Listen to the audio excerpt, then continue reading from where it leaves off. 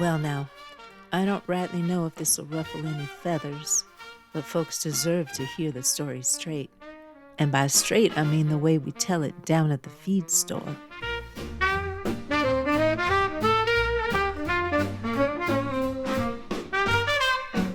Good evening, folks. This is Kitty O'Compost coming to you from the Sunflower Ballroom in the Hotel Prairie Belle, right here in the fine town of Prairie Belle, Iowa. Tonight we've got Clarence Hubble and his Iowa Cornfield Serenaders, and Clarence is kicking us off with a little number he calls Bale Toss Boogie. Ladies and gentlemen, I'm sorry to break in on your two-step, but we've just had word from the Council on Narrative Morality. At exactly 8:02 Central, they called an emergency meeting over growing fears that works of fiction, especially the satirical kind, are cutting into what they call real-world productivity, trademarked. Committee Chair Mildred Cogswell said the trouble starts small, people's daydreaming in staff meetings, maybe smiling at strangers in the produce aisle, but she claims it's getting worse. Things like dangerous inspiration, hopeful subplots, and even kindness between rival characters. The council is floating a proposal to make every author register their plot outlines ahead of time, with penalties for any chapter that leaves readers more hopeful than the national average. And folks, this is the part that worries me most. They've asked citizens to report any book that makes you want to take the afternoon off, plant a garden, or call up an old friend. This is Kitty O'Compost reminding you to keep your eyes open, your library cards handy, and your fiction mildly uninspiring, at least until this blows over. Hi, friends, and welcome back to Pieces Here. I'm Avis Kalfsbeck, author of the Peter the Water Dog Saves the Planet series. If you've just tuned in, don't worry, no authors were actually harmed in the making of that last announcement. We're in launch week for Mono Mutante, Book 6, an exuberant, dirt-splattered food adventure with a conscience. All this week, I'm sharing short excerpts that capture the humor, the heartbreak, and the hope behind this eco-satirical road trip through the monoculture Midwest. This excerpt from Chapter 11 also connects to something special. Mono Mutante includes a short story in letter form, the one Camas discovers from her mom in this scene. Enjoy the episode. If you're ready to jump in, you can find Mono Mutante wherever books are sold or at aviskalfsbeck.com/mono-mutante. This is an excerpt from Chapter 11 of Mono Mutante. Tilly reaches up to pick a peach. Stop. I can't even have a peach? This farm isn't organic. God knows what's sprayed on there. Tilly sighs, setting the peach gently on the ground.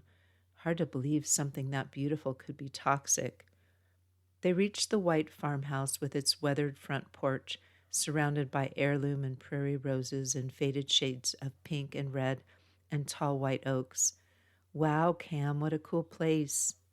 They leave their bikes and head upstairs, a few creaky floorboards echoing behind them. Camus opens the door to a little girl's room. Shelves lined with rescue heroes flank a twin bed covered with a handmade quilt. "Aw, this was your room," Tilly whispers. A tiny desk with cup holders for crayons sits in the corner.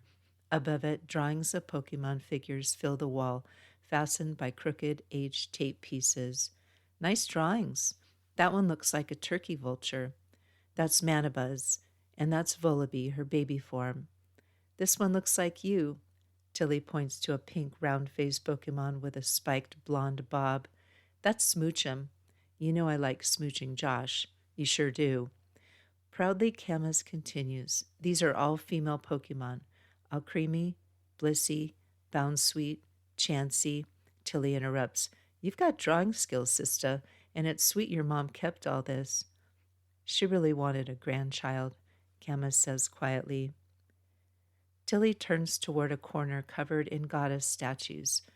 Virgin Mary's, Virgin de Guadalupe, Guanyin, Shakti, and other goddess figurines of various sizes, colors, and shapes, all holding a peaceful, silent court on a hot pink faux fur rug atop a chest.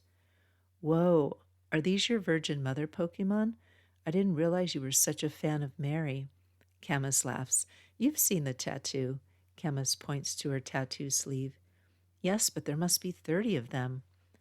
My dad yelled a lot at Mom, at me. I'd lie in my bed and talk to Mary. Mom taught me to meditate. I'd put one of these statues in my pocket and go for a long walk. Why didn't you tell me? Your spirits make more sense to me now. They're part of nature. Mine were about surviving. I can see the appeal. I bet Mary liked nature too. Tilly stands in front of the statues. One, tall with flowing hair, resembles her. I meant, why didn't you tell me about the abuse? Camas shrugs. Whining sucks. There weren't beatings, just stuff like calling my mom an N-lover because she was liberal, showing up drunk at my school, or throwing the tuna casserole on the sidewalk. Shit like that. Why'd he do that? Who the fuck knows? Probably because he was drunk and hated tuna casserole. Her voice cracks. I'm sorry. Tilly hugs her. Thanks. Camas turns to the window. She wipes an eye. Are you okay? I miss Mom. Are you going to keep this place? Tilly asks. I don't know yet. They sit silently. Camas stands, stretching. Hey, let's see if there's any grub in the pantry. As they reach the door, Camas stops. She picks up a 5-inch tall Mary statue from the pink fur altar and slips it into Tilly's pocket. Tilly smiles. Thank you for listening to Pieces Here. Mono Mutante Book 6 in the Pate of the Water Dog Saves the Planet series is available now at all major online retailers and at avaskolfsbeck.com/mono-mutante. It's a wild satirical ride through food, farming, and the messiness of recovery. After this short 8-episode Mono Mutante satire series, coming up next, The Great Disfarmament, a 14-part journey through the history of farming, food systems, weapons, and peace, from ancient spears to seed patents, from Cold War arsenals to compost piles. This bold, story-rich series explores how the world is already moving toward disarmament. Subscribe now so you won't miss an episode. And right now we're live on Kickstarter. Visit avaskolfsbeck.com/Kickstarter to support the launch of One More Year, the stage play, and the Soul Stuff Field Journal, beautiful editions for readers, theaters, and rebels who believe in keeping their stuff and keeping their peace. You can learn more at avaskolfsbeck.com, where I share updates on this podcast and my books, eco-adventure novellas for readers who care about justice, joy, and saving the world, one story at a time. This episode is human narrated by me, but prepared with the help of AI, which has promised to tell me if it makes something up. So far, no confessions, but if you think I've missed something or you just want to say hello, I'd love to hear from you. Podcast music is Dalai Lama Rides a Bike by Javier Peque Rodriguez. You'll find links to his music on Spotify and Bandcamp in the show notes. If you enjoy the show, please leave a rating or review wherever you listen. It helps others discover peaceful, independent storytelling. I'm Ava Skalfsbeck. Until next time, listen for the peace.